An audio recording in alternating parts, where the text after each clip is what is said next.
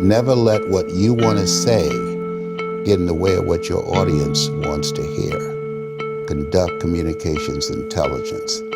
Ask them, listen to what they're telling you, and then craft and create a story out of your experiences and things you've observed and learned to begin to allow them to see a vision of themselves differently than what they had when you came in. Orchestrate an experience. That experience is major. If information could change people, everybody would be skinny, rich, and happy. Most people have goals in life. And we would think you gotta be goal-oriented. That's the first mistake. Yes, you need goals, but there's something far beyond goals, which is what all successful people have, and that's a vision. A vision is about what you're here to create. A vision that really works is one that excites you. You gotta have a vision for what it is you really, truly want. Not what you think you want or what you should have. You've got to focus on you. And as you convince you, as you sell yourself every day, you will begin to see a difference in the things that you're doing. Selling yourself on your ability to perform a job, to achieve a certain objective. Telling yourself every day, here I go again. And I got what it takes. This is my day, and nothing out here is going to stop me. If you will change, everything will change for you. You don't have to change what's outside. All you've got to change is what's inside. To have more, you simply have to become more. And then he said, don't wish it was easier, wish you were better. Don't wish for less problems, wish for more skills. Start working on yourself, making these personal changes, and he said it'll all change for you. When you want to succeed as bad as you want to breathe, then you'll be successful. Where all you want to do is be successful as bad as you want to breathe, then you'll be successful. And I'm here to tell you, number one, that most of you say you want to be successful, but you don't want it bad. You just kind of want it. You don't want it bad and then you want to party. You don't want it as much as you want to be cool. Most of you don't want success as much as you want to sleep. Some of you love sleep more than you love success. And I'm here to tell you today, if you're going to be successful, you got to be willing to give up sleep. You got to be willing to work off for 3 hours of sleep, 2 hours. If you really want to be successful, some days you're going to have to stay up 3 days in a row. Because if you go to sleep, you might miss the opportunity to be successful. That's how bad you got to want it. I boiled it down to 5 major pieces to the life puzzle. Let's just review those. Number 1 is philosophy. Philosophy, as I taught the last time I was here, philosophy, in my personal opinion, is the major determining factor in how your life works out. Philosophy, the major determining factor in how your life works out. Philosophy. To form our philosophy, you got to think, you got to use your mind, you got to process ideas. And this whole process over a lifetime, starting way back here when we were children, schools that we've attended, our parents, our experiences, all this stuff that we've processed by the thinking process helps to develop our philosophy. And in my opinion, each person's personal philosophy is the major factor in how your life works out. Here's what I called it in that last presentation when I was here. It's called the set of the sail. Each person's personal philosophy is like the set of the sail. Here's what's exciting about each person's personal philosophy. That's what makes us different than dogs and animals and birds and cats and spiders and alligators. That's what makes us different than all other life forms.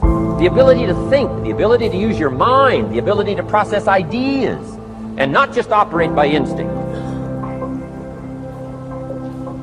In the winter, I'm telling you, the goose can only fly south. What if south doesn't look too good? Tough luck. It can only fly south.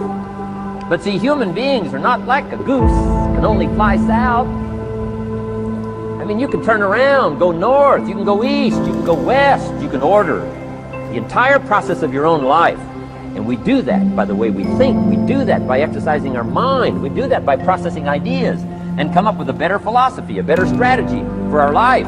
goals for the future, okay? Plans to achieve those goals. All this comes from developing our philosophy. Philosophy helps us to process what's available.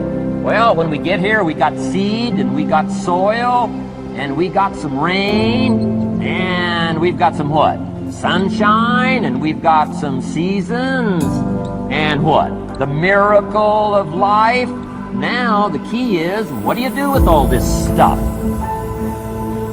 How do you turn all this stuff that's available here into equity and promise and lifestyle and dreams and future possibilities? All of this that's possible now with human beings, how do you take all this stuff and turn it into this equities and values? Well, it starts with philosophy. What is the seed? What is the soil? What is the sunshine? What is the rain?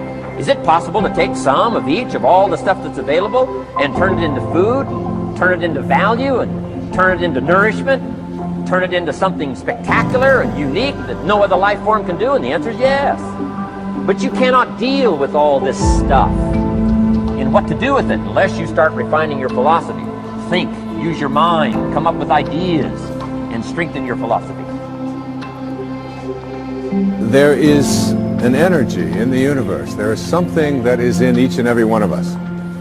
And it's also in the universe. And you are connected to it in a way that is often perceived to be aloof from us, because it's invisible, because it's in the world of what we call spirit, the world that is not material. And I would like to suggest that you suspend your disbelief, allow yourself to know that you're not a human being here having a spiritual experience, but that is the other way around. That you're a spiritual being having a human experience. And the quality of your human experience is really much more dependent upon how you use this invisible intelligence and how you connect to this energy. And once you have an awareness that you can never be separate from it, that you and it, and whatever you call it, it doesn't matter.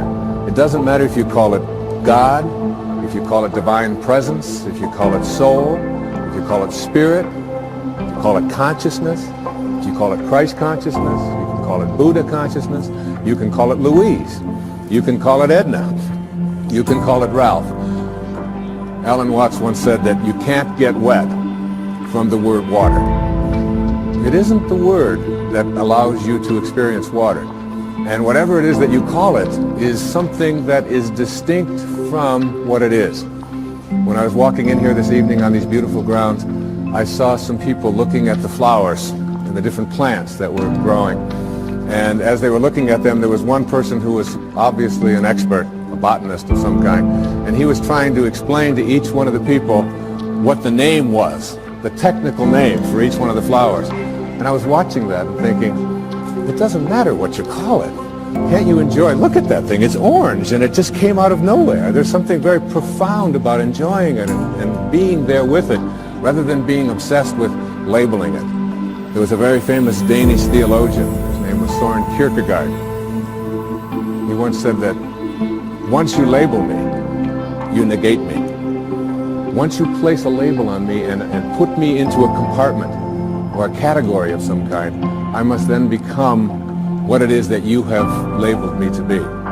So that we want to be able to live our lives and to practice principles of higher awareness without being so consumed with what I call ordinary human awareness. And ordinary human awareness is just the recognition or the belief system that I am a human being.